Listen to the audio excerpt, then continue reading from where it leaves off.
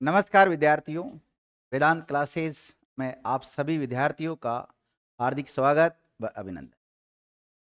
विद्यार्थियों, हम पढ़ रहे थे अर्ध शुष्क मरुस्थलीय प्रदेश और उसमें हमने घग्गर बेसिन या घग्गर का प्रदेश जो क्षेत्र था उसके बारे में पढ़ लिया और दूसरा शेखावटी जो प्रदेश था उसके बारे में पढ़। घग्गर क्षेत्र या घग्गर के मैदान में जो मुख्य रूप से जो नदी बहती है उसका नाम घग्गर नदी है और शेखावटी क्षेत्र में जो नदी प्रवाहित होती है उसका मुख्य रूप से कौन सा नाम है? कांतली। और आज हम जो पढ़ेंगे वो तीसरा जो इसका प्रदेश है उसके बारे में पढ़ेंगे जिसका नाम आपने लिख लिया होगा, नागौरी उच्च भूमि। पढ़ ली ना, नागौरी उच्च भूमि, नागौर अपलैंड। इसको हम तीन भागों में बांटते हैं और तीन भाग कौन कौन से? एक तो मकराना श्रेणी और एक मांगलोद श्रेणी और एक जायल श्रेणी। ये तीन श्रेणियों के बारे में भी पढ़ेंगे और इससे पहले हमने दो पढ़ लिए, घग्गर पढ़ लिया और दूसरा कौन सा? शेखावटी, ये पढ़ लिया था और तीसरा चल रहा है अब। ठीक है, तो सभी विद्यार्थी हेडिंग डाल लो, नागौरी उच्च भूमि। अब सबसे पहले तो देखते हैं कि इस नागौरी उच्च भूमि का जो विस्तार है वो कौन से क्षेत्र में। पहले बहुत बढ़िया सिस्टम था, जब जिलों का पुनर्गठन नहीं हुआ था तो एक जिला बता देते थे नागौर, कौन सा? नागौर। लेकिन अब गड़बड़ हो गया, अब नागौर के साथ साथ हमें क्या बताना पड़ेगा? डिडवाना कुचामन भी बताना पड़ेगा। डिडवाना कुचामन। तो सबसे पहला फैक्ट तो आप यही लिखें कि यह क्षेत्र नागौर कोमा डिडवाना कुचामन जिलों में विस्तृत है। तो कौन से दो जिलों में फैला हुआ है ये? आज भी कभी कभी ऐसा लगता है कि डिडवाना कुचामन जिला नहीं बना है। कभी कभी तो पूछते ना, कोई भी झील आती है कि कहाँ डिडवाना, डिडवाना कहाँ है? कुचामन नहीं, सॉरी, डिडवाना कहाँ है? नागौर, ऐसे बोल देते हैं कई बार। लेकिन अब तो काफी समय से चलो बोलते आगे डिडवाना कुचामन, डिडवाना कुचामन रट रट लिया एक प्रकार से, तो अब हम इसको जिले में मानेंगे। अब मान के चलना 41 जिले रहने वाले राजस्थान में, अब ज्यादा चेंज होने की उम्मीद नहीं है क्योंकि ये सरकार रहेगी 2-3 साल और, 3 साल तो यही है, तो 3 साल में कुछ चेंज नहीं होगा। तो अब आगने वाली सरकार फिर देखेंगे, और क्या लाइफ टाइम में तैयारी थोड़ी करते रहेंगे। 3 साल तो कम से कम ये सोचेगा भाई 41 जिले ही पढ़ने हैं, और फिर बाद में बढ़ेंगे तो हमें दिक्कत आएगी वो तो। हाँ भाई, आप लोगों तो क्या दिक्कत आएगी? आप लोग तो नौकरी लग जाओगे, चले जाओगे, या आप में से कुछ टीचर बन जाएंगे, पढ़ाने लग जाओगे, तो फिर दिक्कत आ सकती है, फिर अपडेट करना पड़ेगा। अब हमें तो यही काम करना आगे पीछे, पढ़ना और पढ़ाना, बस। पूरा जीवन किसको समर्पित है? मैंने तो शिक्षा को समर्पित कर दिया।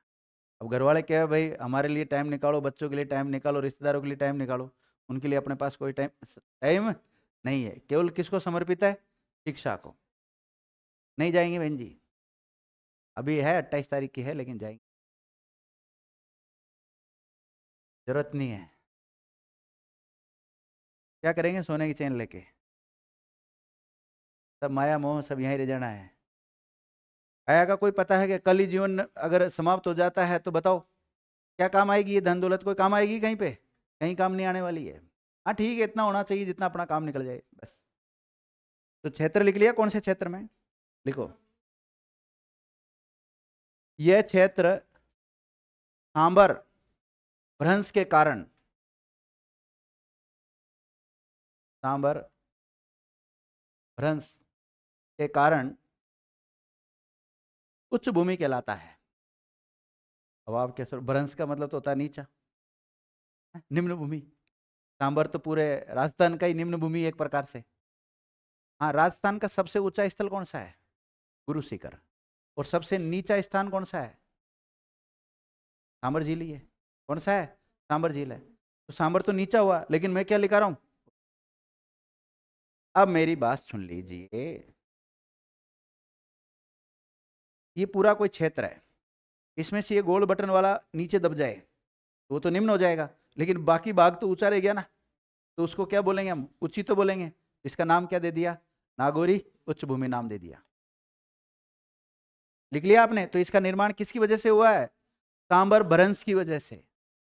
अगला फैक्ट लिखो। अब देखो, अगर आप इसको देखते हैं, अगर इस मैप में देखते हैं तो देखो पिंक पिंक आपको जो दिखाई दे रहा है ये शेखावटी प्रदेश है। कौन सा है? या मैं अलग कर देता हूं, ये पूरा क्या है? शेखावटी प्रदेश है। और ये नीचे वाला जो है ये लूनी बेसिन है। ये क्या है? लूनी बेसिन। तो ये कौन से दो प्रदेशों के बीच में आता है? उत्तर में क्या, दक्षिण में क्या, पूर्व में क्या, और पश्चिम में क्या? अगेन, तो ये हम ये कह सकते हैं कि जो कि अर्ध शुष्क पढ़ रहे हैं हम, अर्ध शुष्क के दो भाग है, लूनी बेसिन और शेखावटी प्रदेश, तो इन दोनों के बीच में स्थित है। अगला फैक्ट लिखिएगा। यह क्षेत्र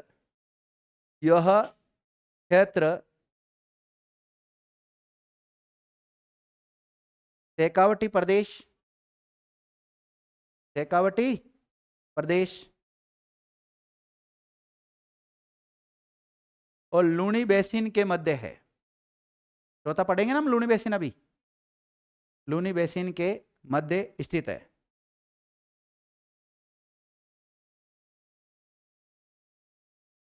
देखो, ये क्षेत्र ऊंचा उठा हुआ है। कैसा उठा हुआ है?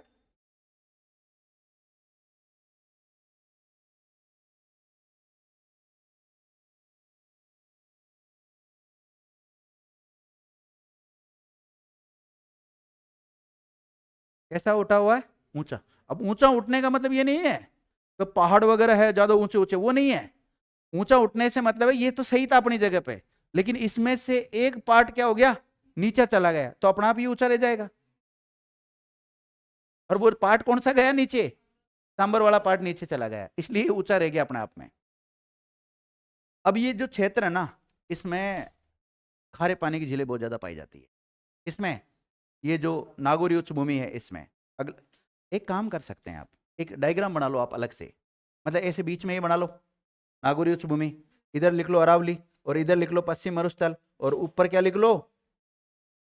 शेखावटी प्रदेश अर्ध शुष्क वाला, और नीचे क्या लिख लो? लूनी बेसिन अर्ध शुष्क वाला। चित्र बनाओ एक पहले, उसके बाद में पढ़ाएंगे। बना लो, शॉर्ट में बना लो, नहीं हो करके गोला बना के कोई जरूर थोड़ी पर ऊपर बने। मैं बना के बताऊं? ये बना दिया, लो। ये तो हो गया कौन सा? नागौरी उच्च भूमि। उधर वो हो गया, ये हो गया, इधर बना लो, इधर बना लो, और क्या चाहिए?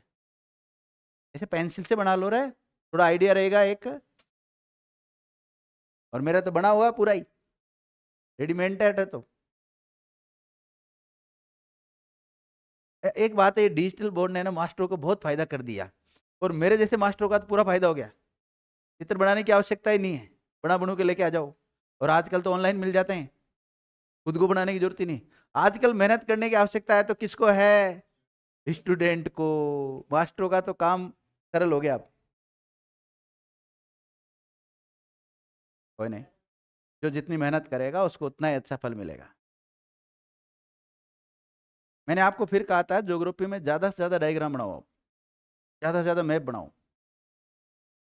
मैं तो क्या थोड़ा कंटेंट लिखाने में ज्यादा विश्वास करता हूँ, पर उस कंटेंट का कंसेप्ट क्लियर किससे होता है? डायग्राम से होता है। हाँ, इस बेंजी ने बिल्कुल सही बनाया है, कोई दिक्कत नहीं, कोई काट छाट नहीं, बिल्कुल सही है। उत्तर दिशा बना दी, दक्षिण बना, बिल्कुल सही है। नहीं सही है, इसमें कोई दिक्कत वाली बात नहीं है। और प्रॉपर देखे तो फिर मैप में देख लो क्या दिक्कत है। और आप एक काम करना, प्रॉपर जब इसका मैप बनाओगे तो बताओ कैसे बनाओगे? राजस्थान का खाली मैप पे लेना, इधर अरावली को दर्शाना, इधर इसको दर्शाना, और ये पूरा पार्ट को अलग से दर्शा के और अलग अलग कलर में कर देना ये लो। हाँ सही है, चल जाएगा चल जाएगा, कोई दिक्कत नहीं, दौड़ेगा।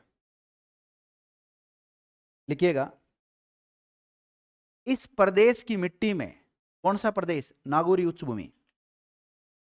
इस प्रदेश की मिट्टी में सोडियम क्लोराइड पाया जाता है। क्या पाया जाता है? सोडियम क्लोराइड पाया जाता है। इसलिए इस क्षेत्र में लवणीय झीलों, ये लवणीय झीलें सर्वाधिक मात्रा में पाई जाती है।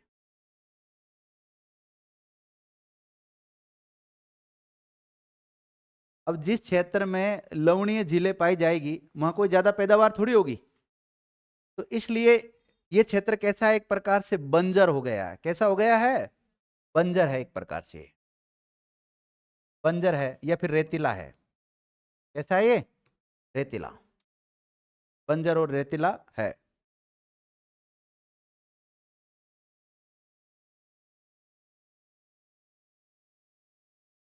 समुद्र तल से हाइट लिख ली थी कैसे कहा आपने? नहीं लिखी, वो शेखावटी की लिखाई थी मैंने 450। इसकी हाइट लिखो, समुद्र तल से ऊंचाई 300 से 500 मीटर। कितनी है? 300 से 500 मीटर तक।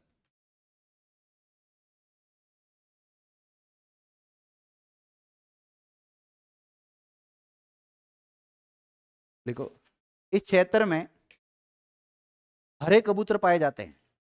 हरा तो तोता होता है, हरे कबूतर पाए जाते हैं।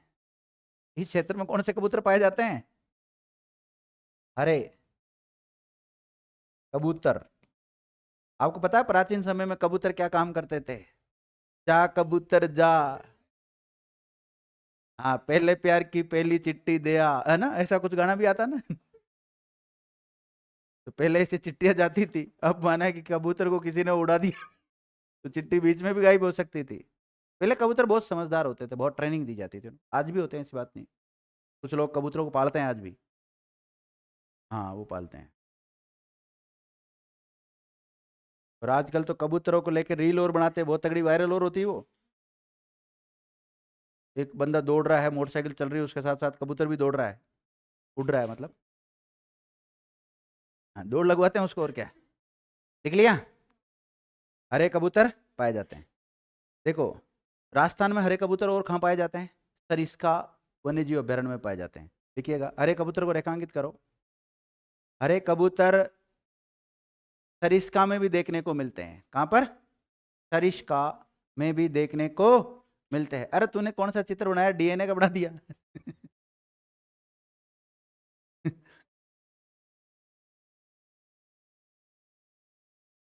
साइंस ठीक है तेरे पास? है जब भी मतलब आदमी अपने मूल तत्व दिखाई देता है कहीं न कहीं। जो व्यक्ति जिस क्षेत्र का रहता है ना, वो प्रकट कर ही देता है। जैसे माना कि मैं पुलिस में हूं ना, तो कहीं न कहीं अपनी पुलिसगिरी दिखाई देता हूँ। और अगर जैसे कोई भी हो, किसी भी क्षेत्र का हो, तो वो अपना दिखाई देता है। जैसे कोई मारवाड़ी बोलता है ज्यादातर, अब वो बेचारा बोलने की कोशिश कर रहा है, फुल इंग्लिश में बात कर रहा है, लेकिन एक शब्द तो निकल ही जाएगा धीरे से मारवाड़ी का।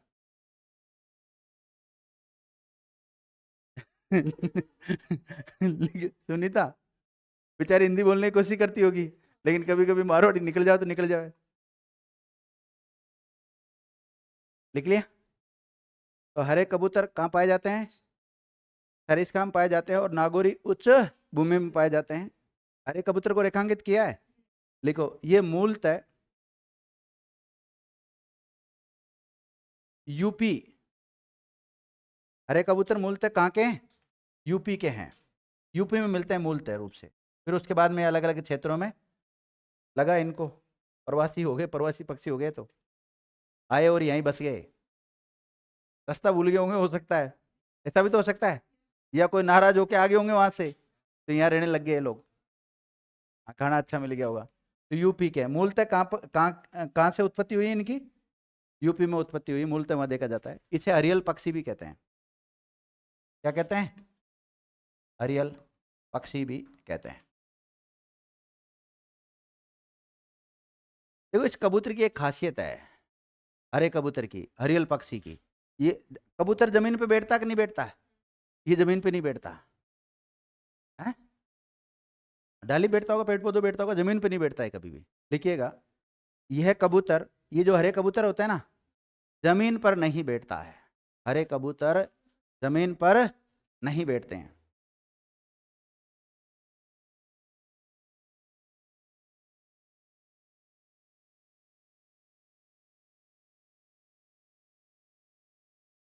लिखो, नागौरी उच्च भूमि को 3 श्रेणियों में विभाजित किया गया है। कितनी? 3 श्रेणियों में विभाजित किया गया है। पहला मकराना श्रेणी, दूसरा मांगलोद श्रेणी और तीसरा जायल श्रेणी।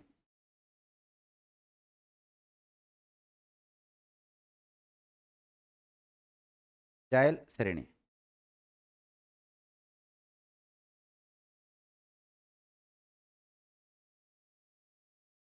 कौन 3 श्रेणियां कौन सी? हाँ। अब इन श्रेणियों को आज की क्लास में तो पॉसिबल नहीं है।